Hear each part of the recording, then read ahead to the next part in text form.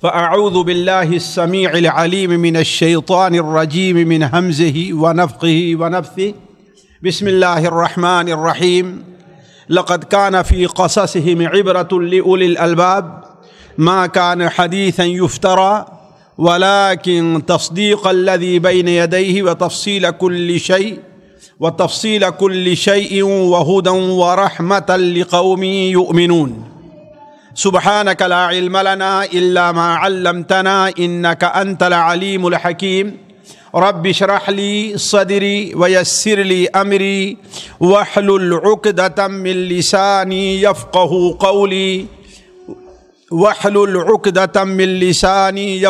قولي عزیز ساتھیوں،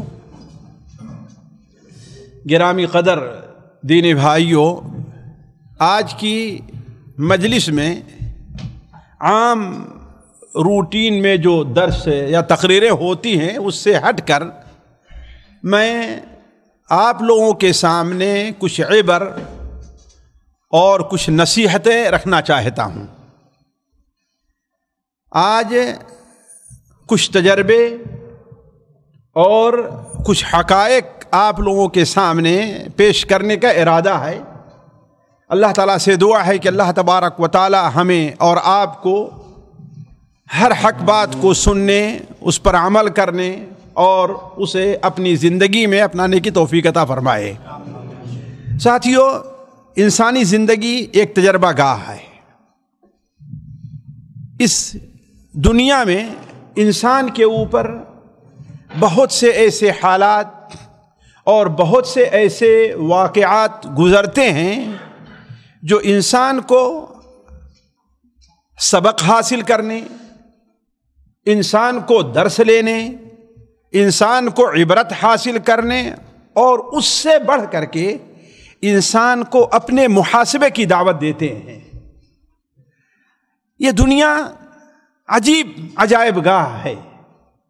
عجیب عجیب ایسے امور ظاہر ہوتے ہیں کہ ہم اور آپ ان کے ظاہر ہونے سے پہلے ہم یہ سمجھتے ہیں کہ ایسا ہو ہی نہیں سکتا، یا کوئی چیز ایسی ہوتی ہے تو ہم اسے غلط سمجھنا شروع کرتے ہیں یا اسے غلط رخ دے دیتے ہیں۔ حالانکہ اگر ہم غور کریں تو اللہ تبارک و تعالی نے قرآن مجید میں ایک جگہ نہیں، دو جگہ نہیں، بہت سی جگہ ایسے ہمارے آپ کے سامنے اللہ تبارک و تعالی نے ایسے حادثات کا ذکر فرمایا ہے جو عجیب اور غریب ہیں، اور ان کے ذکر کا جو مقصد ہے اصل یہ ہے کہ ہم اس سے عبرت اور نصیحت حاصل کریں۔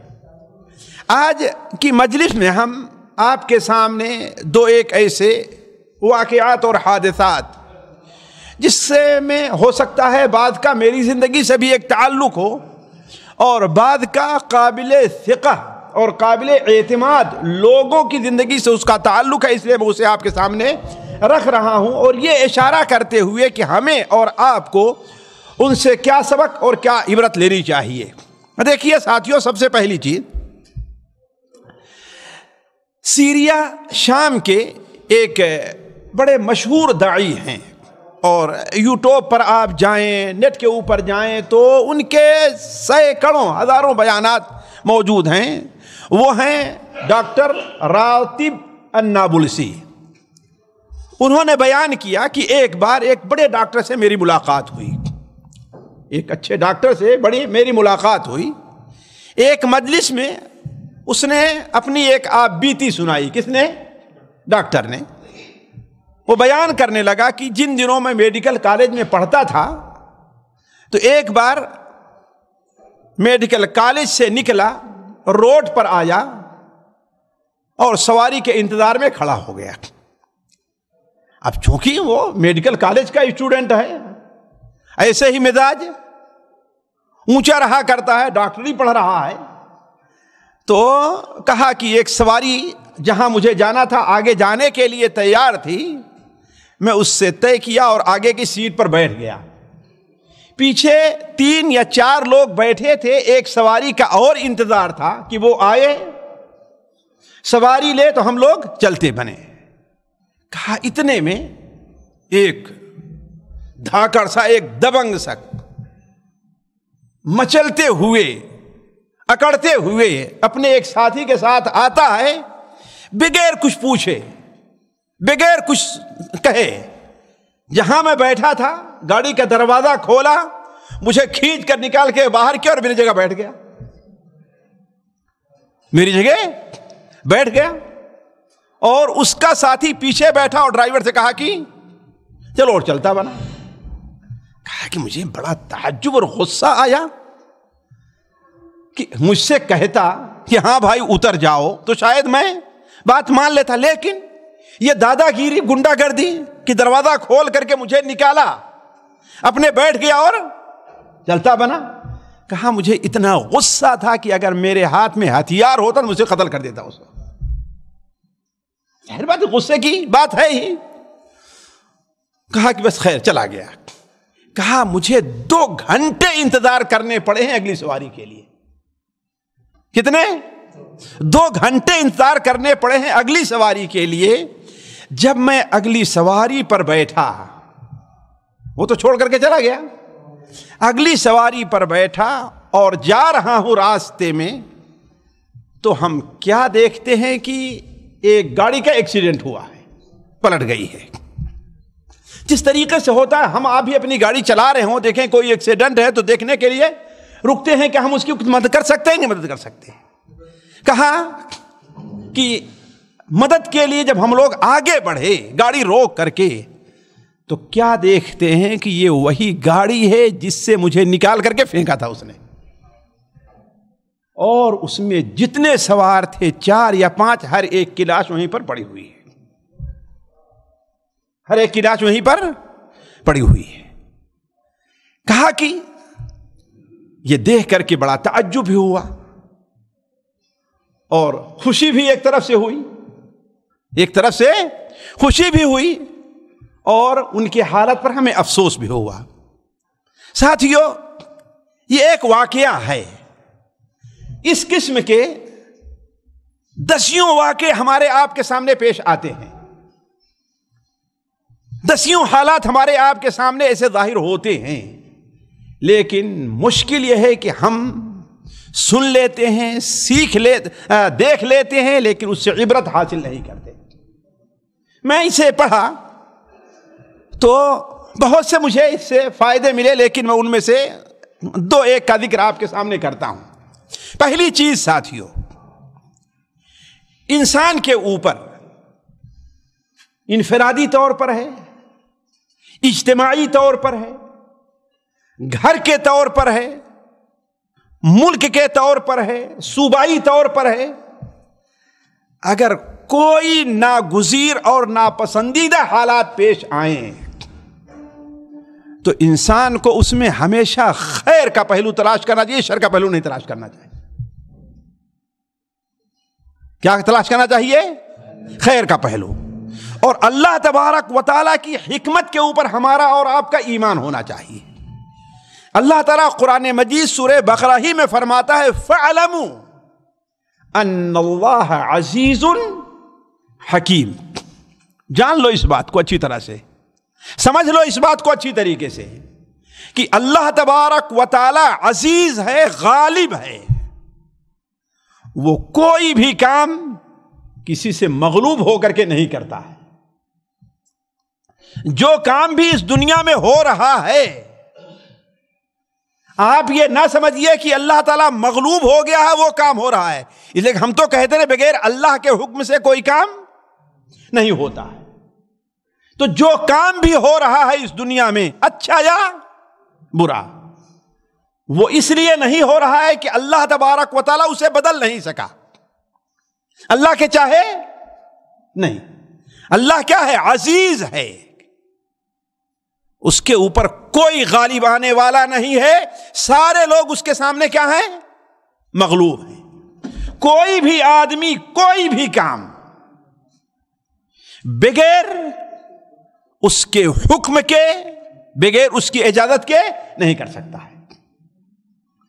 لیکن دوسری چیز پر غور کریں آپ، قرآن مجید میں صرف لفظ عزیز کا اکیلا نہیں آیا ہے، کہیں شاید کہیں آیا ہو، اس کے ساتھ ساتھ کہیں حمید ہے، کہیں رحیم ہے، کہیں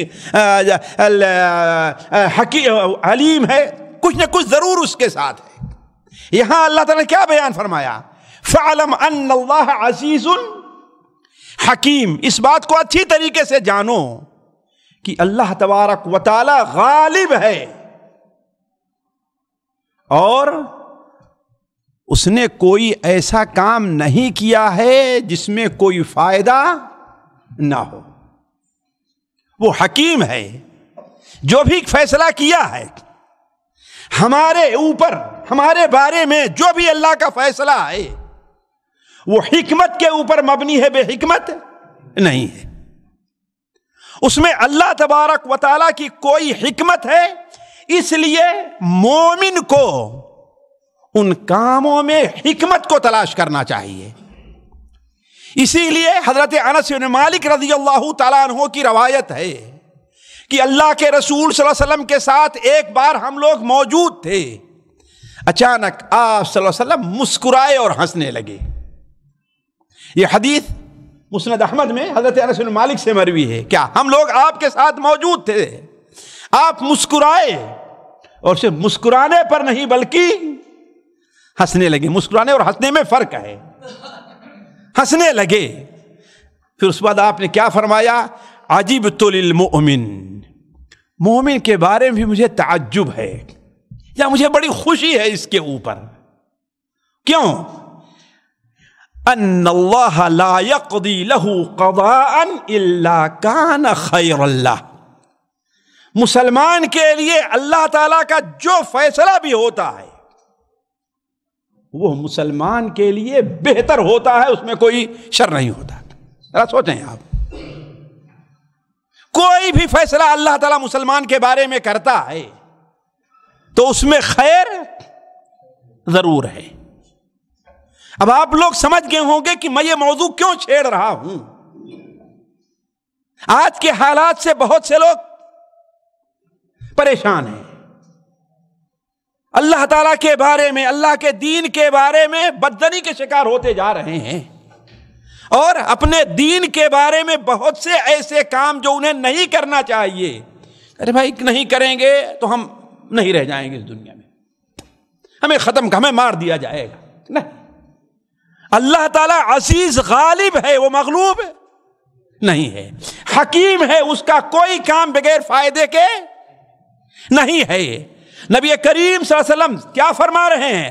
عجبت للمؤمن ان اللہ عز وجل لا یقضی لہ قضاء الا کان خیر اللہ، الا ایک اس کے لیے وہ بہتر کام ہوا کرتا ہے جو بھی فیصلہ کرتا ہے مومن کے بارے میں۔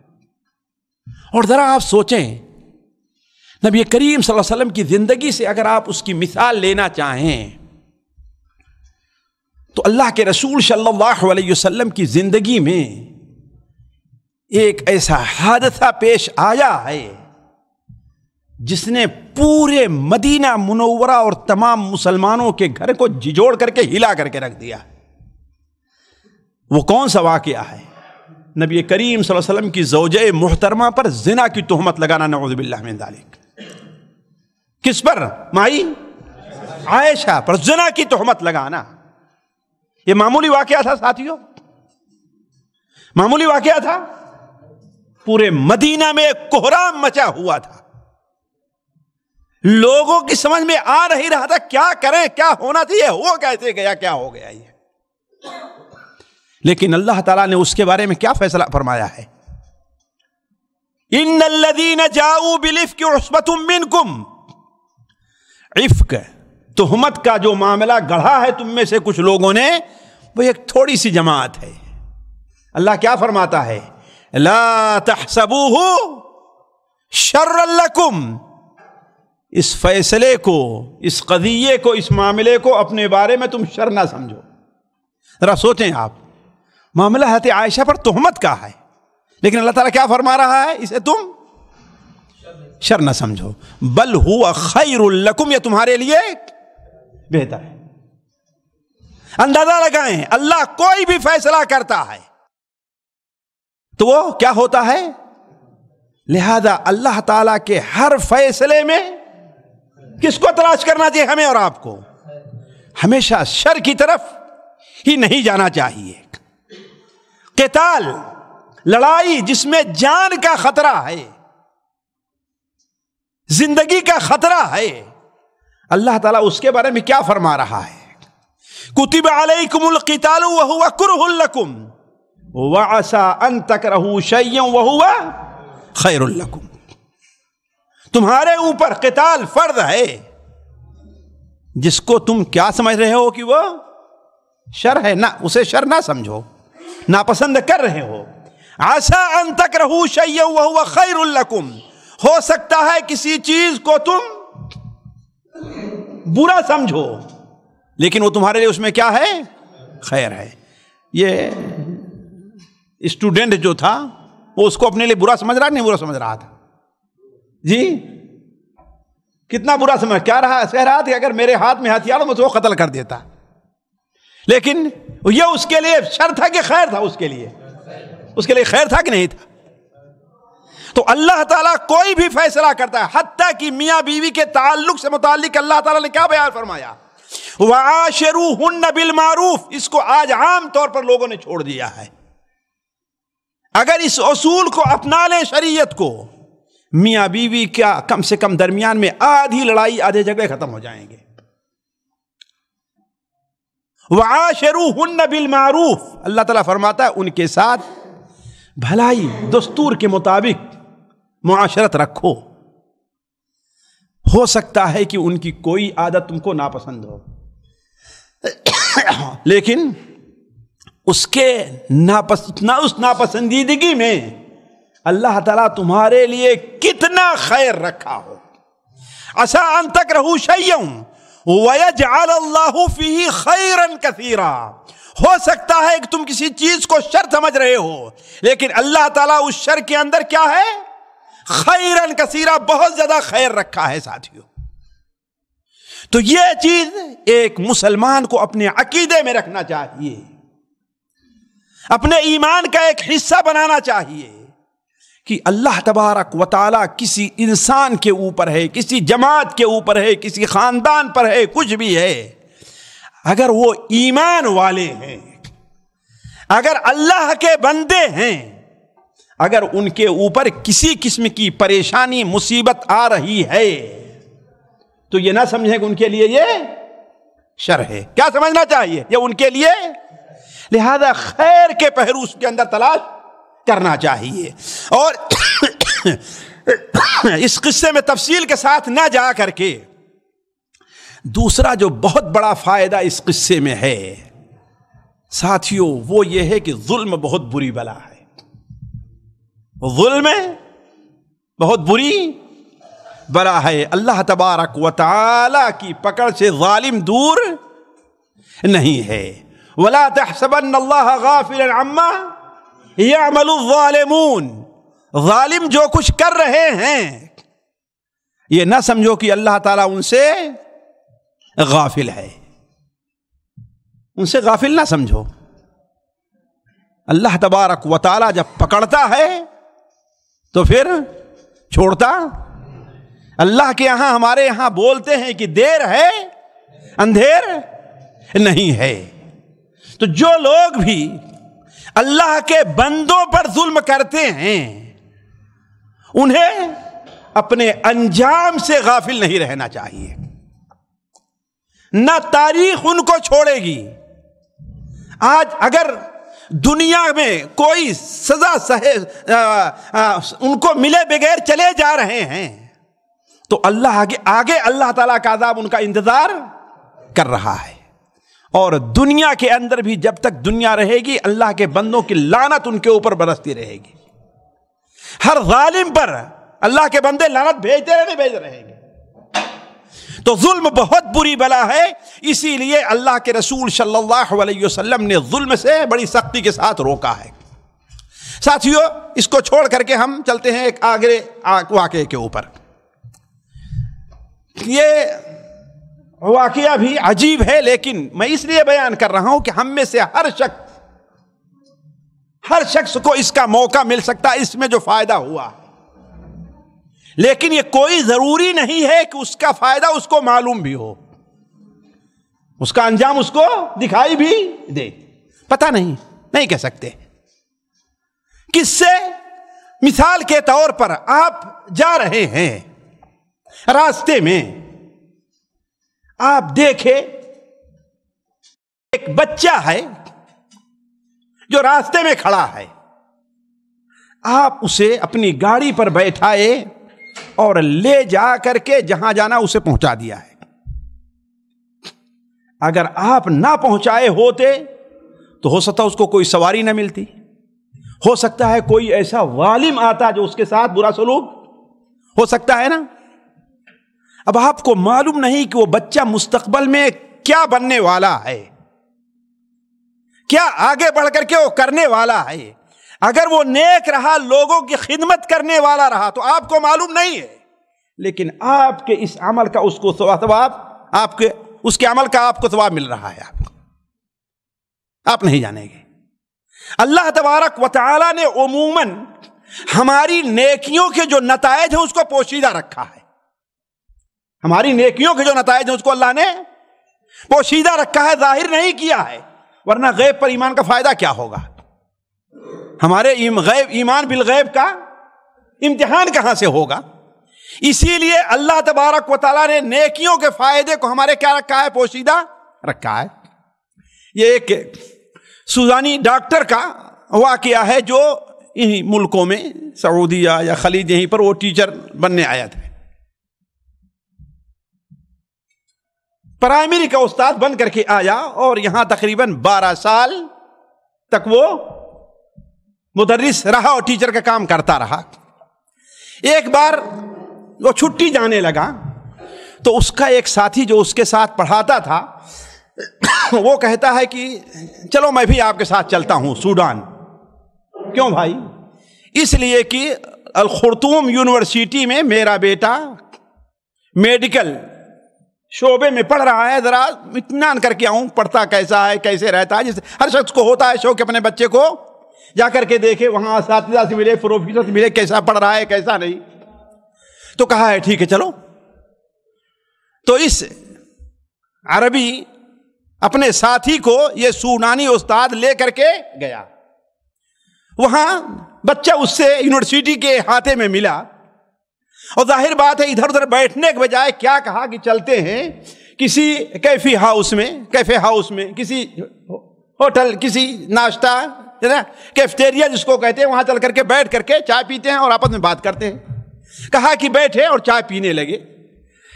اتنے میں ایک جوان سی خوبصورت عورت اپنے کاغذ کتاب کو ایسے لیے ہوئے ہے اور آ کر کے وہاں پر کھڑی ہو جاتی ہے اور غور سے اس سوڈانی استاد کو دیکھنے لگی، اور صرف دیکھنے نہیں لگی، دیکھ رہی ہے اور چہرے کا رنگ اس کے بدل رہا ہے، عجیب کیفیت طاری ہو رہی ہے۔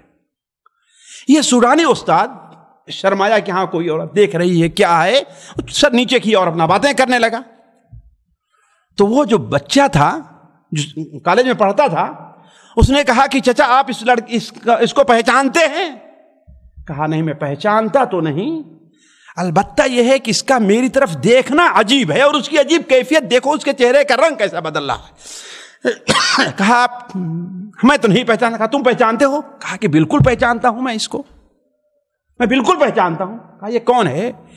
کہا یہ پروفیسر ہے، اور میڈیکل کالج کے 6 سال میں جو آخری سال میں جو بچے پڑھتے ہیں ان کے کلاس دیتی ہے۔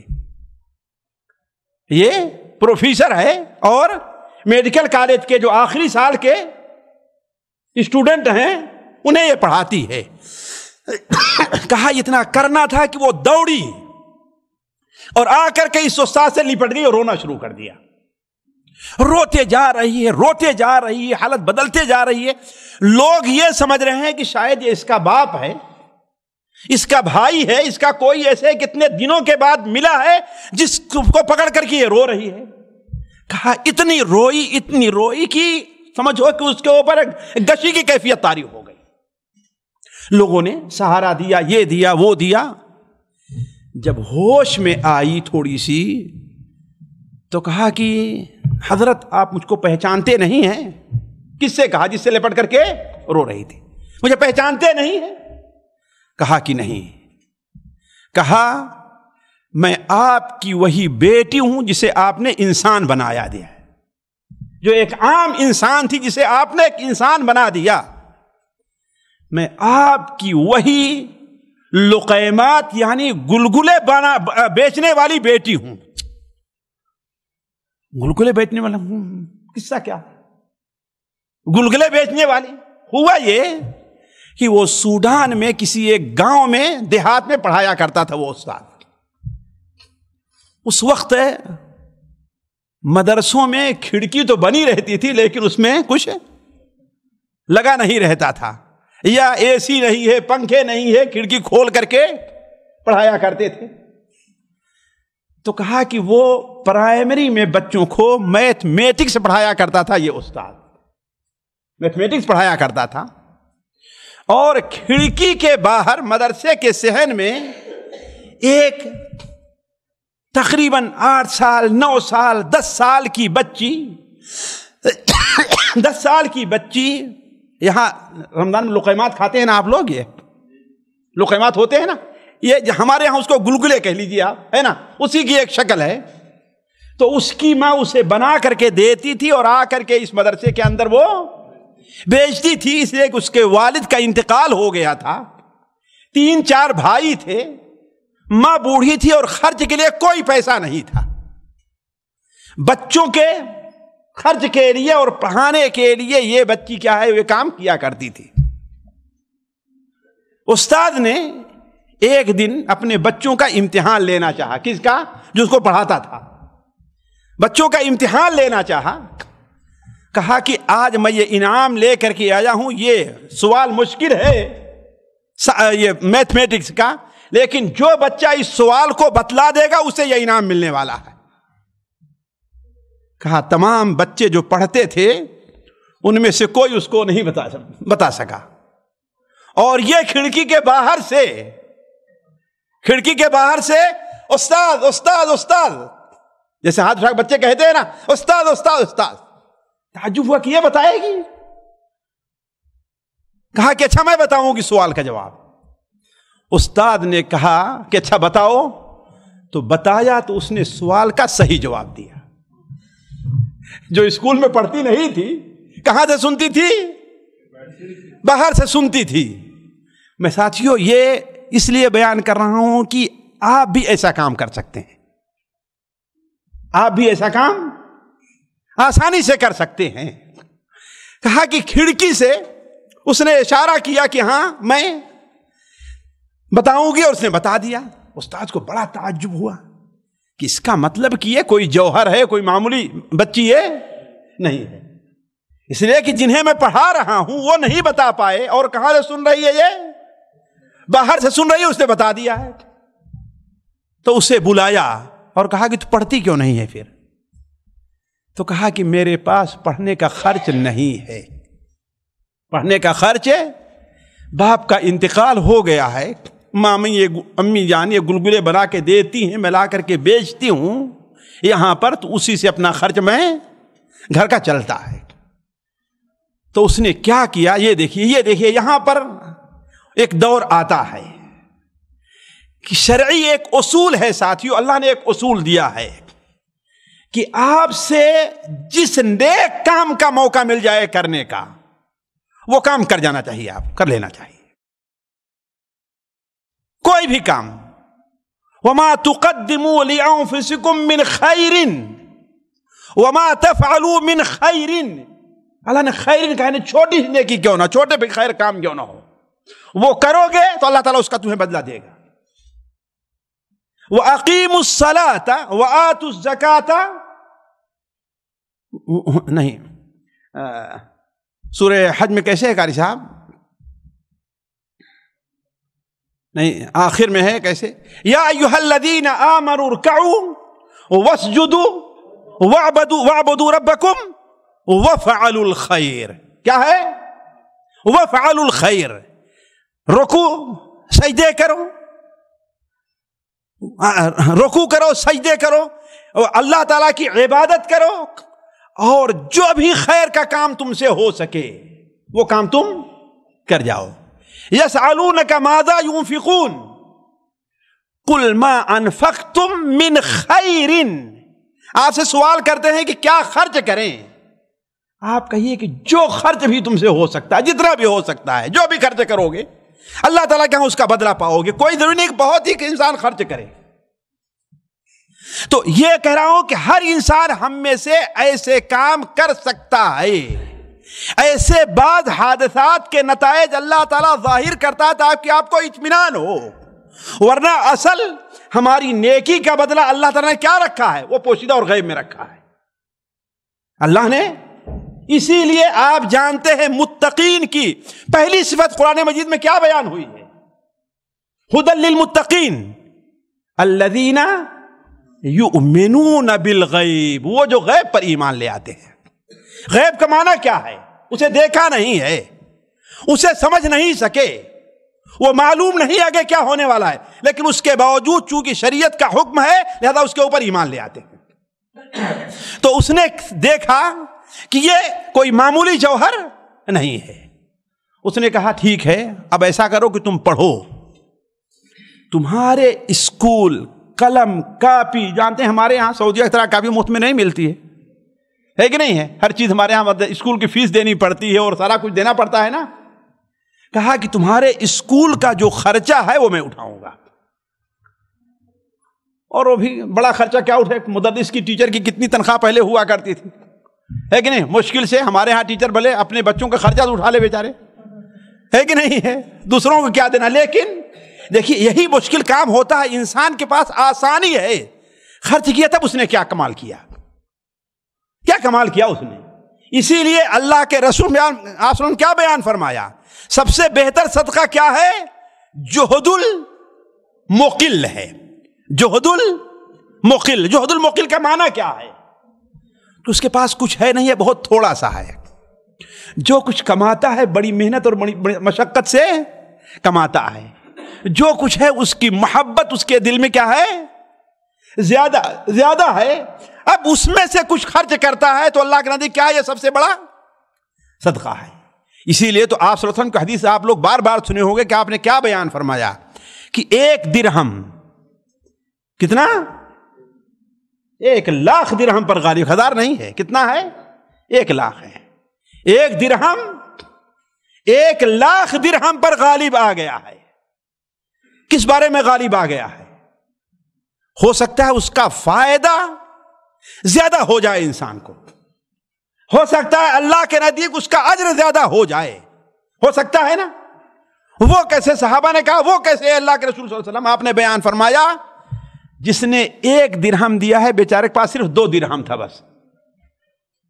کتنا سوچے مجبور رہا ہوگا وہ گھر کا خرچہ چلانے کے لیے. 2 درہم ہے کہ نہیں؟ جو آدمی یہاں 10,000 کما رہا ہے اگر وہ 1,000 بھی صدقہ کر دے تو کوئی بڑی بات نہیں کر رہا ہے کہ نہیں ہے. لیکن جو 1,000 کما رہا ہے وہ 100 خرچہ کر دے بڑی بات ہے کہ نہیں. اس لیے کہ 10,000 9,000 بچ رہا ہے وہ اس کے خرچے کے لیے بہت زیادہ اور کافی ہے. لیکن جو 1,000 کما رہا ہے اس کا خرچہ پورا ہونا اس میں مشکل ہے، اس میں سے خرچہ کر رہا ہے وہ. تو آپ صرف بیان فرمایا کہ جس نے 1 درہم خرچہ کیا ہے اس کے پاس صرف 2 درہم تھے، تو گویا اس نے اپنی آدھی پراپرٹی، آدھا مال اللہ کے راستے میں دے دیا ہے. اور جس نے 1,00,000 دیا ہے اللہ نے اسے کروڑوں سے نوازا تھا، اس میں سے تھوڑا دے دیا تو کیا بڑا کام کیا ہے. اسی لیے ہمیشہ ہم کہتے ہیں کہ اللہ تعالیٰ ہر جگہ کوانٹیٹی کو نہیں دیکھتا، کس کو دیکھتا ہے؟ کوالٹی کو دیکھتا ہے اللہ تعالیٰ، ہے نا. اسی لیے وہ حدیث آپ لوگ یہاں پر 40 نوویہ شیخ آپ شیخ درس دیتے ہیں، اس میں آپ نے پڑھا ہوگا نا، ان اللہ لا ينظر الى قلوبكم والوانكم، ان اللہ لا ينظر الى صوركم والوانكم. اللہ تعالیٰ تمہارے رنگوں کو اور تمہاری صورتوں کو کس کو دیکھتا ہے؟ جی ينظر الى قلوبكم واعمالكم. پہلے قلوب کا ذکر کیا اللہ تعالیٰ نے، پہلے کس کا ذکر کیا ہے؟ قلوب کا. پھر اس کے بعد اس کا ذکر کیا ہے اعمال کا، یعنی جو عمل تم کر رہے ہو کس دل سے کر رہے ہو، جو عمل کر رہے ہو کس دل سے کر رہے ہو۔ تو کہنے کا مطلب اس استاد نے کیا کہا کہ اسکول کا جو خرچہ ہے، کتاب کاپی، یہ وہ میں برداشت کر لے رہا ہوں، اور کہا کہ اپنی امی سے کہو کہ یہ گلگلے بیچنے کا جو کام ہے نا وہ تمہارے کسی بھائی کسی اور کے سپرد کر دے اور تم پڑھو کل سے آ کر کے۔ اور اس مدرسے اسکول کے جو پرنسپل تھے اس کے پاس گیا، کہا کہ دیکھو اس کے پاس جو ہے فیس جمع کرنے کی طاقت نہیں، لیکن یہ بچی بڑی نادر جوہر ہے، اسے پڑھنے دو تم، اگر کلاس میں نہیں بیٹھنے دیتے تو یہی اجازت دو کہ باہر بیٹھ کر کے سنیں، لیکن پرائیویٹ طور پر اس کا نام لکھ لو تاکہ یہ امتحان میں بیٹھ سکے۔ راضی ہو گیا پرنسپل، تمام ٹیچروں سے بات کیا، تمام ٹیچر بھی راضی ہو گئے، اور اس کے اندر جو خوبی تھی اس کی بنیاد پر اسے تیسرے درجے میں کلاس میں کس میں داخل کیا؟ تیسری کلاس میں۔ اب جس سال کے آخر میں جب امتحان ہوا ہے تو پورے اسکول میں سب سے اول نمبر یہ لڑکی لے کر کے آتی ہے، پورے اسکول میں سب سے اول نمبر یہ لے کر کے آتی ہے۔ وہ استاد کہتے ہیں جس کا معاملہ ہے وہ وہاں پر اس اسکول میں اس کا خرچہ اٹھاتا رہا یہاں تک کہ وہ مڈل کلاس کے پہلے کلاس میں پہنچ گئی، مڈل میں کے پہلے کلاس میں وہ پہنچ گئی ہے۔ پھر اس کے بعد وہ چلا آیا ان ملکوں میں، اور اس وقت یا دیہات وغیرہ میں ٹیلی فون کا نہیں تھا، اور سارا کا سارا سلسلہ دونوں کا وہ ختم ہو گیا تھا۔ یہ وہ لڑکی ہے جو کہہ رہی تھی کہ میں آپ کی وہ بیٹی گلگلے بیچنے والی ہوں جس کا ہاتھ آپ نے پکڑا اور اس کو آپ نے انسان بنا دیا۔ ساتھیوں، اس قصے سے جو سب سے اہم سبق ہمیں ملا ہے، سب سے اہم سبق ملا ہے جس کا ذکر ہم نے کیا، کہ ہمیں خیر کا کوئی بھی موقع اپنے ہاتھ سے جانے نہیں دینا چاہیے۔ آپ ہیں یہاں پر، آپ کسی اسکول میں، کسی مدرسے میں، کوئی لڑکا حفظ کر رہا ہے، وہ کر رہا ہے، ہم میں سے کون ہے جو نہیں کہہ سکتا ہے کہ ہاں ہم ایک بچے کا خرچ اٹھا لیں گے؟ اٹھا سکتا ہے نا ایک بچے کا خرچ؟ وہی بچہ پڑھ کر کے حافظ بن کر کے نکلے، عالم بن کر کے نکلے، جو ڈاکٹر بن کر کے نکلے۔ ساتھیوں، اگر ایک دوا کسی کو دے رہا ہے، کسی کا علاج کر رہا ہے، وہ شفا یاب ہو جائے گا، جہاں اس ڈاکٹر کو وہاں آپ کو بھی اس کا ثواب اور اجر اللہ تعالیٰ کے نزدیک لکھا جاتا رہے گا۔ وہ حافظ قرآن جب تک قرآن پڑھاتا رہے گا اور اس کے قرآن پڑھانے کا سلسلہ آگے تک جہاں تک جاتا رہے گا، ہر ایک کا ثواب آپ کو آسانی سے ملتا رہے گا۔ اسی لیے نبی کریم صلی اللہ علیہ وسلم نے ہمیں جو تعلیم دی ہے، آج دوپہر میں بھی وہ حدیث بیان کیا تھا، میں پھر وہ حدیث آپ کے سامنے رکھتا ہوں، ذرا آپ اس کے اوپر غور کریں۔ حضرت ابو ذر رضی اللہ تعالی عنہ سے وہ حدیث امام طبرانی رحمہ اللہ کی معجم کبیر اور صحیح ابن حبان وغیرہ میں ہے کہ حضرت ابو ذر رضی اللہ بیان فرماتے ہیں کہ ہم نے اللہ کے رسول صلی اللہ علیہ وسلم سے سوال کیا کہ اے اللہ کے رسول صلی اللہ علیہ وسلم، مجھے آپ کوئی ایسا عمل بتلا دیجئے جو مجھے جنت کی طرف لے جائے۔ ہم میں سے ہر ایک کی خواہش ہے کہ نہیں خواہش ہے؟ جی، جنت میں جانا چاہتے ہیں کہ نہیں جانا چاہتے؟ کون کہے کہ نہیں جانا چاہتا؟ لیکن جنت تمناؤں سے نہیں ملتی ہے، کس سے ملتی ہے؟ عمل کرنے سے۔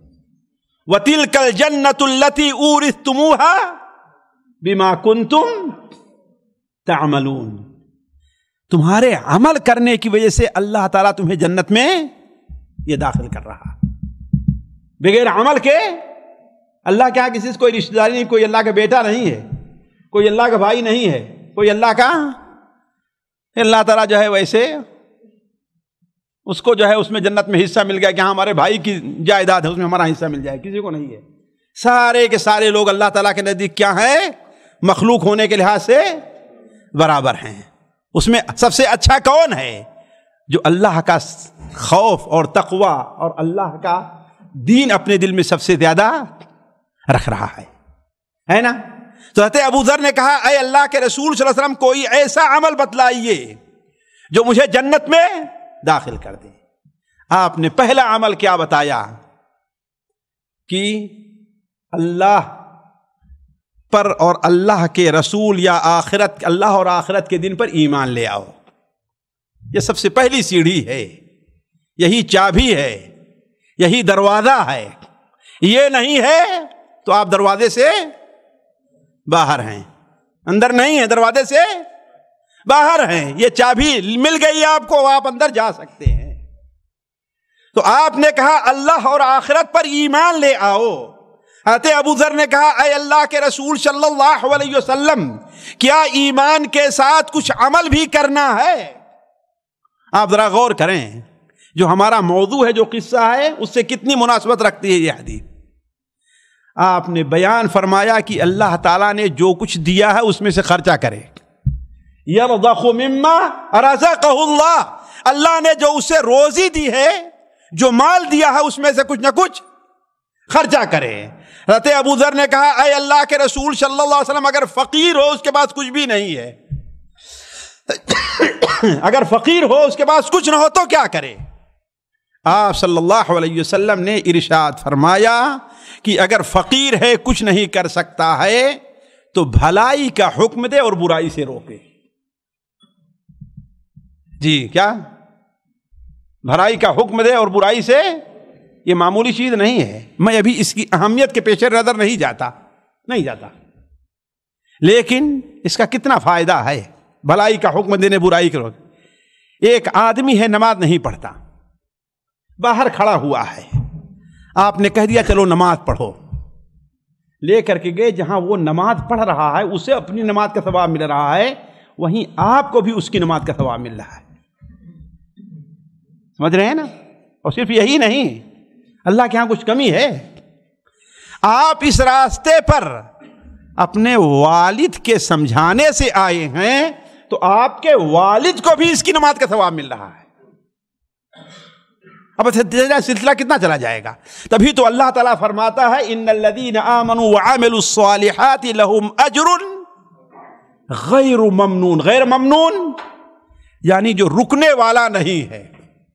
جو لوگ ایمان لے اور عمل صالح کیا، انہیں نہ ختم ہونے والا اجر ہے، قیامت تک ان کو اجر ملتا رہے گا، اور اسی طریقے سے ملتا رہے گا۔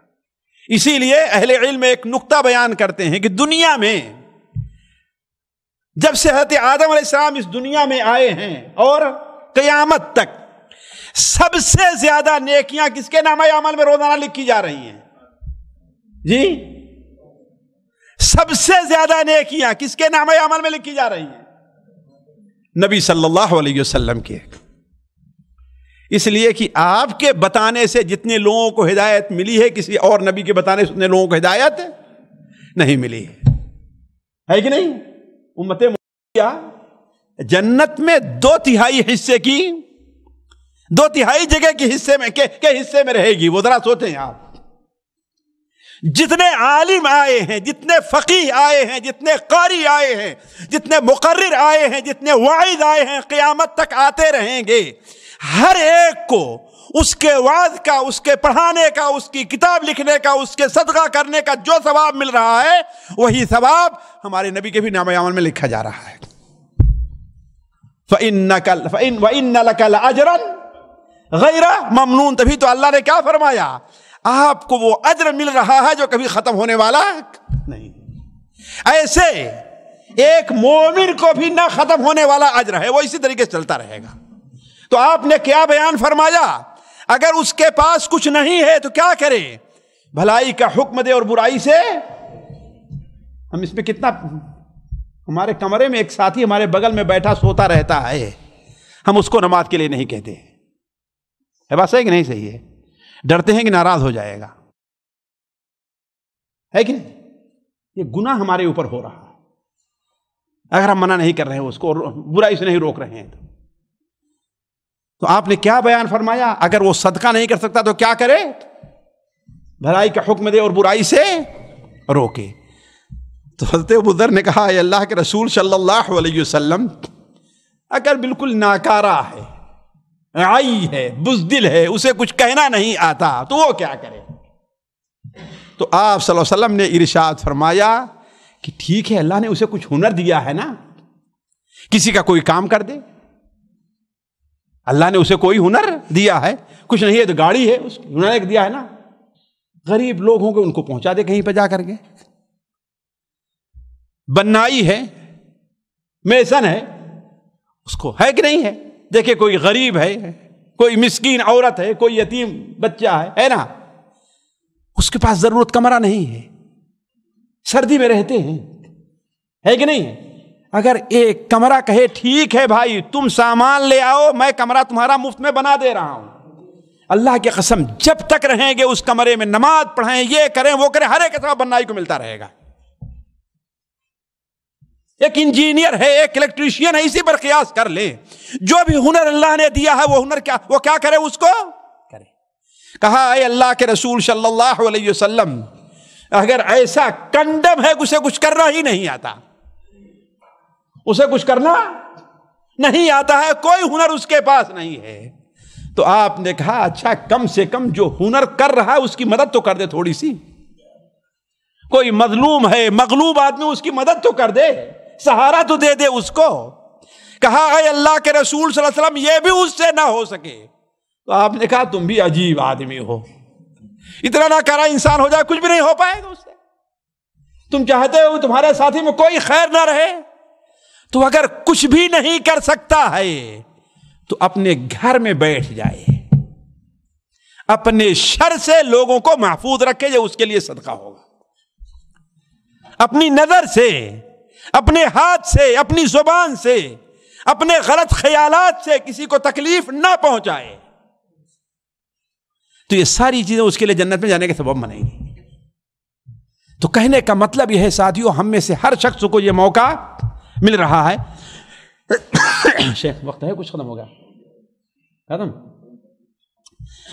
چلیے ساتھیوں، اللہ تعالیٰ سے دعا ہے کہ اللہ تعالیٰ ہمیں اور آپ کو اس دنیا عجائب خانہ جو ہے اس سے عبرت حاصل کرنے کی توفیق عطا فرمائے۔ اللہ تبارک و تعالیٰ ہمارا اور آپ کا یہاں پر اکٹھا ہونا قبول فرمائے۔ اللہ تعالیٰ ہمیں اور آپ کو لوگوں کے لیے مفید بنائے۔ اللہ تبارک و تعالیٰ یہاں جمع ہونے کی برکت سے اللہ تعالیٰ ہم میں سے ہر شخص کو ایسے عمل کرنے کی توفیق عطا فرمائے جو اس کے لیے آخرت میں جنت میں جانے کا سبب بنے۔ اللہ تعالیٰ مسلمانوں کے اوپر سے مصائب اور پریشانیاں جو ہیں ان کو دور فرمائے۔ اللہ تعالیٰ ان مصائب اور پریشانیوں میں ان کے لیے خیر کا پہلو رکھے۔ اللہ تعالیٰ ان کی حفاظت فرمائے۔ سبحانک اللہم و بحمدک اشہد ان لا الہ الا انت استغفرک و اتوب الیک۔ سامعین کرام، ہمارے علمی اور عوامی دروس اور سوال و جواب کی مجلسوں سے آپ خود بھی مستفید ہوں اور اپنے دوست و احباب کے ساتھ بھی شیئر کریں۔ عین ممکن ہے کہ آپ کے شیئر سے کسی کی اصلاح اور آپ کے لیے صدقہ جاریہ بن جائے۔ واٹس ایپ پر اسلامک میسج حاصل کرنے کے لیے نمبر نوٹ فرمائیں: یعقوب عزیز 00966 5089 59707۔ واٹس ایپ سوال جو آپ گروپ میں ایڈ ہونے کے لیے نمبر نوٹ فرمائیں: عبدالسلام عمری 00966 502627 622۔ نمبر بھیجتے ہوئے نام اور پتہ ضرور لکھیں۔